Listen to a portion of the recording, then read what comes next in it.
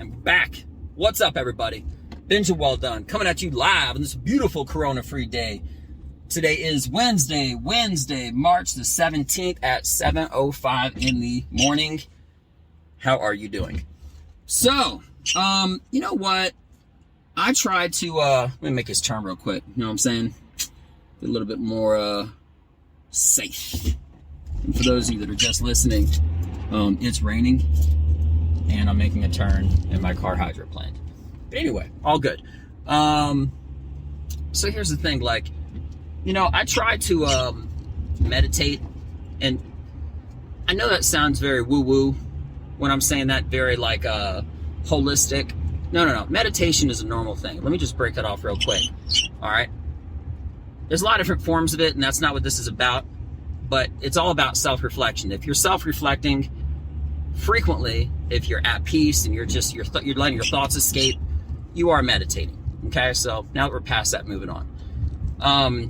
So I often self-reflect or meditate, unless that word freaks you out or whatever, just to learn a little bit more about myself. And when I look inside, and I'm saying this, you gotta hear me out when I'm saying, I don't like what I see. And I always feel very dissatisfied. But there's a caveat to that. If you were to stop right now and not listen any further, you would think this guy, you know, he's not in a good place. That's not what I'm saying at all. So keep on listening, okay? In my belief, and to me, okay, when I look at myself and I don't see the results that I want, that I expect, I work aggressively hard for it every single day. I set my alarm up in the morning to do more of what drives me and my passion in life, comedy, jiu-jitsu, to be better, to write more, to do all sorts of stuff before my day job and then after my day job. Okay, I'm completely dedicated. But my point is this. I feel like satisfaction is when your results start to stop. And I'm glad, in other words, I always feel like I'm not going to say like not good enough, because I know I am, but I'm trying to say this. When I look at myself, I always feel like I can do better. And that's probably much better said. And I truly believe that feeling of being dissatisfied, that feeling of knowing and believing that you can do better, and then actually making yourself do better, okay, is part of what drives the best of the best to be who they are today. For that basketball guy to go out there and shoot free throws an hour before everybody gets to practice, and an hour after practice is over, okay? That feeling of not being satisfied is what pushes the writer, the artist, the creative engineer, or whatever it is inside of you that drives you to be the person who you really believe you are, the person who you intend to be, okay? And the person that you're creating from your thoughts into this world, a reality that you want to walk into and live. That's why I know that's a good feeling. Because when people start to believe their own hype, that's when they can easily either, I'm not going to say fall off, but even get pushed off by someone who wants it more, who believes that they're better, but they always see themselves as not good enough, so they keep pushing and pushing and pushing and pushing and pushing themselves to be better. Now that's what I call good dissatisfaction. Now it sounds like it's kind of complicated. When I break it down like that, all of a sudden it sounds more simple.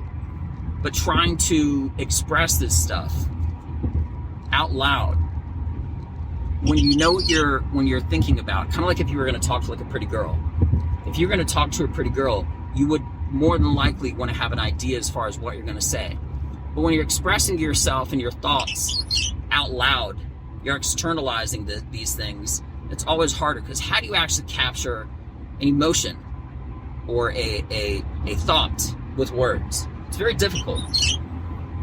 But then again, it's very easy. With the right words, it comes across completely clear. So hopefully, I didn't lose you in the creative expression and trying to get across what I'm trying to say. But now that I've got it, the point is this.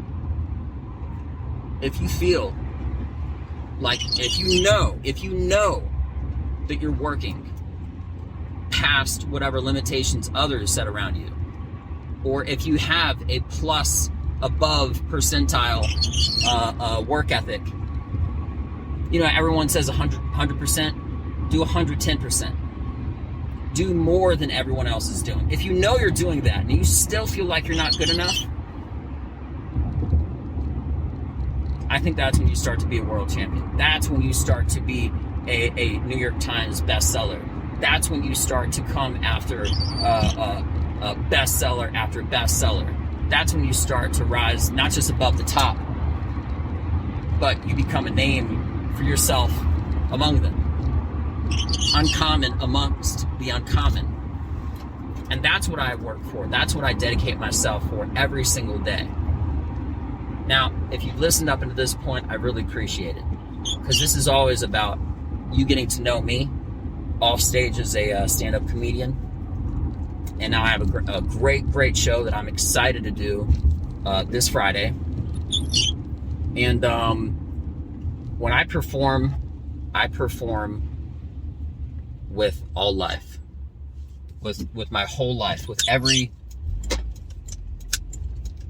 I do not waste anybody's seconds. I have all my material be completely professional. It's clean, it's polished off, it's perfect. And even when I leave, I feel like it's not good enough. Somebody could say I did the best of the night. Somebody said I killed. But the second that I leave, I know I did well, but something inside me tells me that I could have done better. And that voice is what drives me and pushes me to be the best.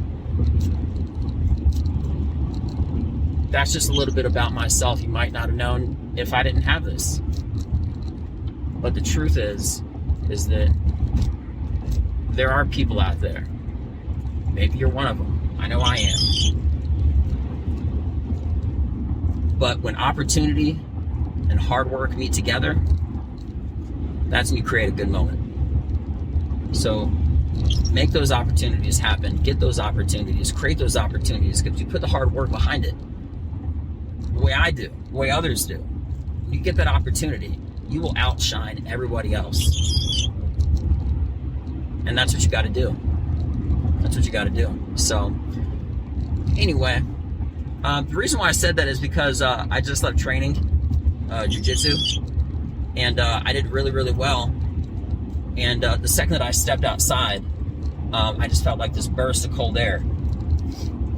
And it just immediately, I just had all these rushing thoughts come to me, which is kind of like two things at once. Number one, regardless of how good or great I did, certain improvements that I made, I got to get better. But to what end, or is there an end to that statement? For me, there isn't an end.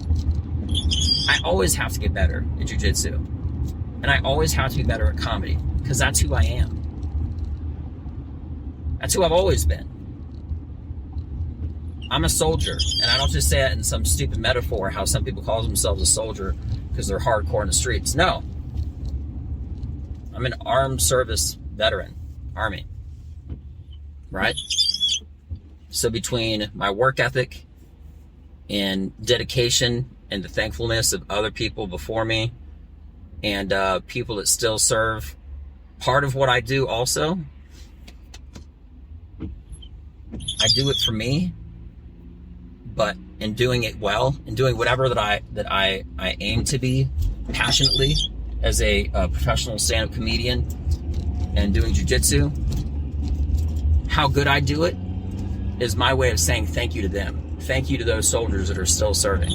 And that may sound very weird, but not to me. Because there's a lot of people that stand watch at night to keep everybody safe. You know, some of them wear a uniform, some of them answer telephones, You know, there's certain positions that are actually gatekeepers. And the way that I say thank you back is I take their appreciation, I take those freedoms, those liberties that I'm given because of the work that they do. And me doing a good job lets them know that I'm spending the time that they give me well. And that honors them. So, getting a little bit more deep than usual, but it's the truth. So when you see me on stage or you see me doing jiu-jitsu or something like that, know that my skill set, it isn't just my professionalism, it isn't just my unending work ethic, but it's also the respect and thanks that I have for the people that are fighting to give me the opportunity to be safe and to train and to work on my writing and to make people laugh. Now, I feel like when you have inspiration on multiple fields and that hard work and it all comes together, that's when you separate yourself from being common to uncommon, and then even higher, uncommon amongst the uncommon. So, you know, that being said, I'm Benja Welldone. Without further ado, might not always be this deep. Might just be talking trash about something that happened the other day. But every day is a very big day.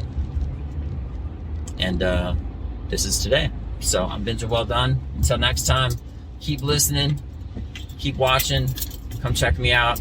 I'm Benja Welldone. Peace. See ya.